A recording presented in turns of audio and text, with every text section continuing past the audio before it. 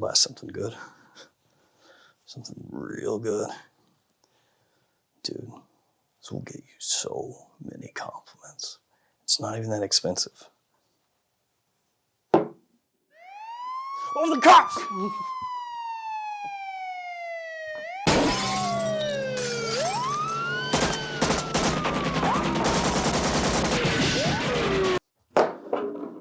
That was a reenactment. That's not real life. Hey friends, Ash here. Welcome back to Gents. How are you? Today I've got some fragrances that are so good, so flippin' good. It should be illegal. Realistically, no, don't do that. That would be stupid. If these somehow became illegal, absurd. But they are absolutely amazing smelling, fantastic even. This one is not in the official list, but exclusive to back. This stuff, Maison Alhambra, you can find it sometimes for like $20, but it sells out a lot. This is insane. So good. One of the best tobaccos out there. It's a clone, but still. All these fragrances I'm gonna talk about here today are linked in the description below. Check them out down there. And check out these codes. These codes will save you money. You wanna save money, unless you don't care, and then who cares? But you do care, and since you care, use these codes to save money.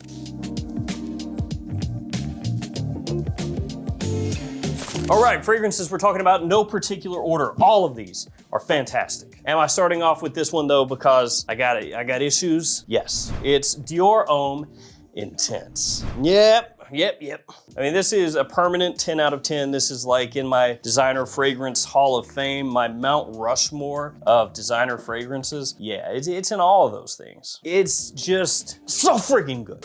It's one of the best iris fragrances ever. We're talking designer, niche, indie, I don't care, all of them. It's got this creamy sweetness to it that is just amazing. Like I said, I got issues. When I smell this, I don't even care that anything else exists. It's true love. The only knock that I could give it, if you wanna call it that, is that, you know, it's not the easiest fragrance to wear in a casual situation. Definitely wouldn't wear it during summer. So it's more niche in terms of usability, but I don't care. Amazing. All downhill from here, baby. Yeah, let's see, what do we got? Let's go iris again. Amouage Interlude Black Iris. Now, when this came out, I fell for it right away. I was really not digging it when they announced it. I thought it was stupid, frankly. But then I was made into a Momo, just completely made to look like a dunce when it came out and actually ruled. Now, at the end of the day, this is still an Amouage. This is still Interlude. So it's not going to be for everybody. It's not going to be the most wearable thing on the earth. It's not going to be the easiest thing to wear on the earth, but I don't care. Once again, those two fragrances have that in common. This one smooths Interlude out a lot. The opening is easier going, not as aggressively in your face. You know, that oregano is not slapping you upside the head. And then the iris in here really helps smooth it out. Gives it just a little touch of sweetness. Maybe somebody would smell it off a tester strip and say, actually smells like hot dogs getting cooked on a barbecue grill. What the F? I would never wear that, but I love it. So Interlude Black Iris is good. I just realized I got another iris fragrance in here, but I don't care. I'm not changing the list. I'll save that one for later though. Next up, we're gonna talk about Blut Chanel Parfum. Blut Chanel is Blut Chanel. And by that, I mean, pretty much everybody has smelled it. A lot of people out there own it. It's extremely popular. And so for that reason, you know, some people are going to say, it's just too run of the mill, man. It's everywhere. Who cares about BDC? I care about BDC. The Parfum is the version that I was least impressed with when it first came out of the Blut Chanel line. The Eau de Toilette, when that was new, what is this? That's pretty much me. Or was me. I went right down to my local Belk because where I live, we have no Macy's. Apparently we're not cool enough for Macy's down here, but we got Belk, which is like the crappier version of Macy's. It's like Macy's that sucks. Macy's that you ordered from wish.com, that's Belk. Let's go. So I went there, I bought it full retail, and I loved it. Blut Chanel Eau de Toilette when it came out, just really, it was a jam. It was a jam. The Eau de Parfum improved upon that, you know, most people would say, in many facets. And so the Eau de Parfum also like, oh, doing something here. Parfum came out, and when I first smelled it, I was like, This is one that I had to come back around to. And as I did, my third eye opened and I realized, oh, this one's good. Classiest of the bunch, but still has that Blut Chanel essence that people are just absolutely drawn to. So it is a blue fragrance that you can wear in even the most formal of situations, and it's still going to just absolutely crush it. And at this point, I'm waiting on Blut Chanel Elixir. Chanel, where's that at? Let's follow that one up with a Gucci fragrance, which a lot of people nowadays just really hating on just about anything that Gucci releases. This is not a guilty release though, not a guilty fragrance. This is Intense Oud.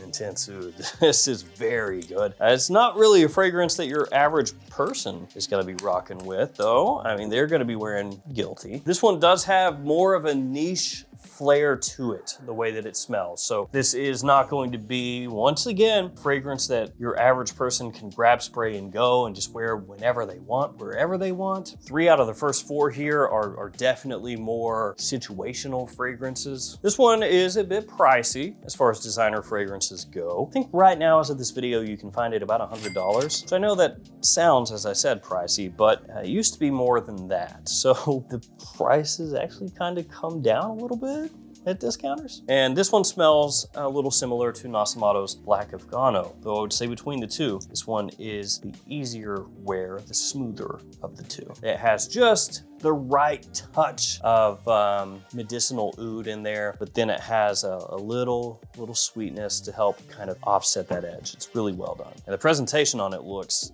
slick. I've always liked these style of Gucci bottles with the little pull cap. From there, we go to a fragrance that is extremely easy to wear, more a spring, summertime, daytime fragrance, and it's one that even your average Joe who knows nothing about scents would smell and say, oh yeah, that's really nice, really pleasant.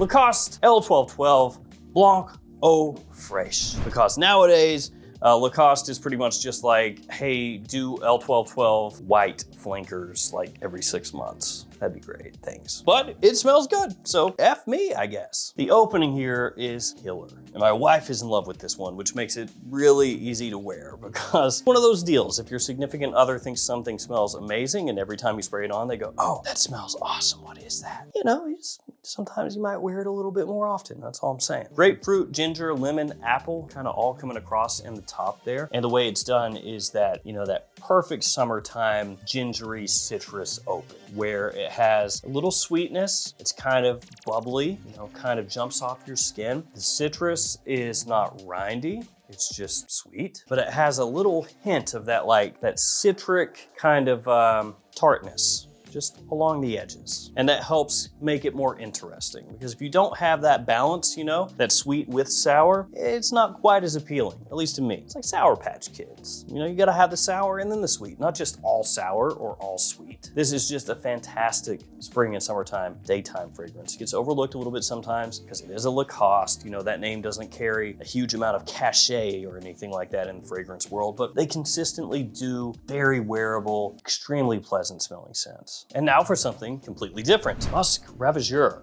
from Frederic Malle. Yeah, that does not smell like that. Technically, there is citrus in the opening here though. So yeah, they still have nothing in common. So we're back to a fragrance that is more specified, we'll say, in its usage. This one has clove, it has cinnamon, it has musk, big surprise there, vanilla, tonka, lavender, and a bunch of other notes. So this one, you know, depending on how you perceive it, is gonna be something that comes across either very warming, cozy, potentially even sexy smelling, or grotesque and animalic and just completely unwearable. I actually find it to be more on the pleasant side. Very, as I said, warming, great for fall and winter time. Very classy smelling in a way. It's a classic at this point. I think most people would agree with that, but it is one that, especially because of the price point, should try to sample first. I know that age-old wisdom that gets thrown out all the time, you should sample first. I love it when it's said as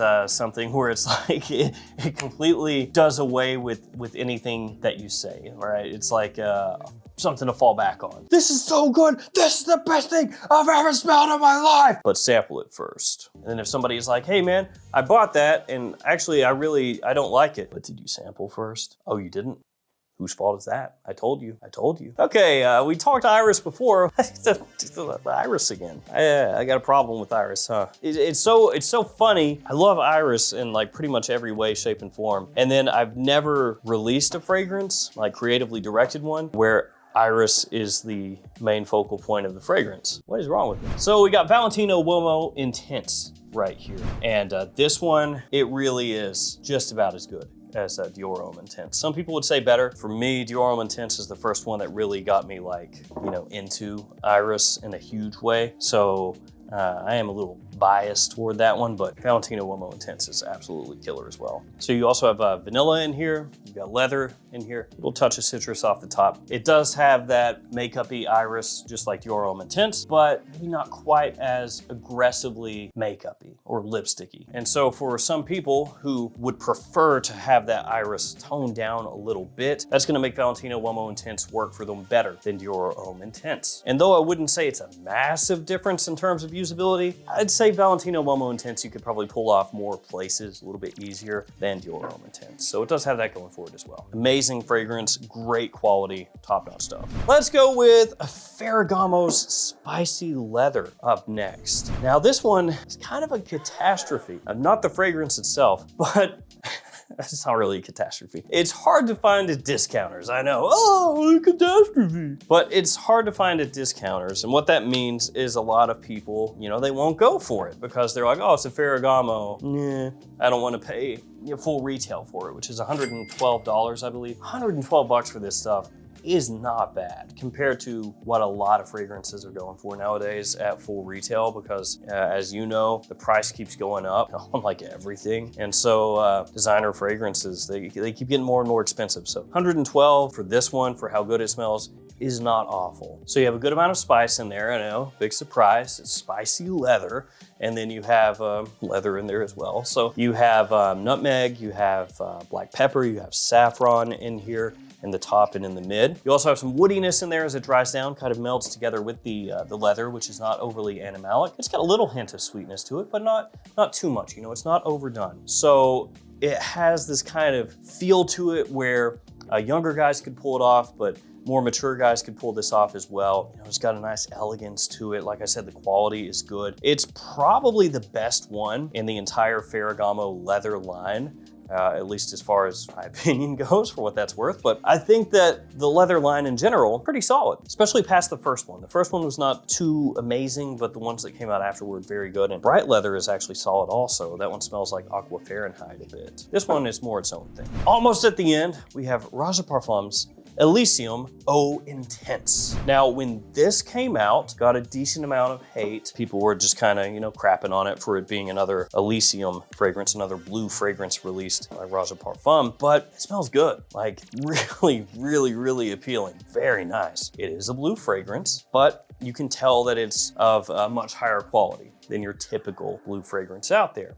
It has a nice freshness off the top, just a nice like aromatic, sparkling citrus blend that would be right at home in a boardroom, and as well as gonna have you just smelling top notch if you're wearing this stuff casually, like if you're just trying to flex on people. It comes across, interestingly enough, as maybe a more unique fragrance than the original, even though this one is a flanker. And off my skin, it actually has great staying power. I know that some people had initially kind of bagged on it for having bad performance, but the more that I've worn this, it sticks around a very long time off my skin. Projection-wise, it's not a monster. I'd say it's completely fine. You know, it's adequate, it's not weak or anything like that, but it sticks around for a long time. If you spray it on your clothes, it'll be there in eternity. Last but not least, the most wanted parfum. The most wanted.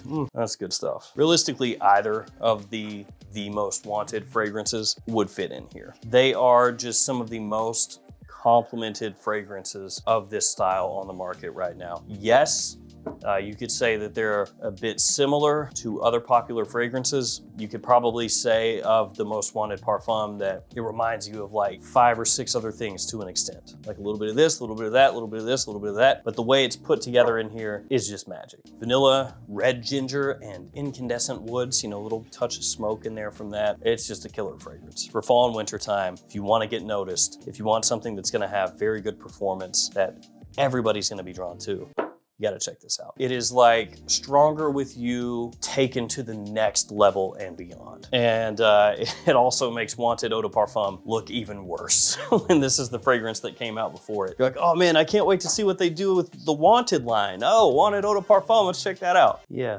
that's a fragrance. Less of that, more of this. Thank you. So there we go.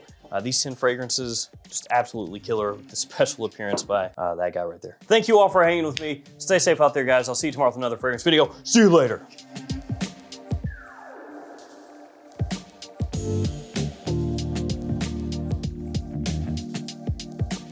Thank you.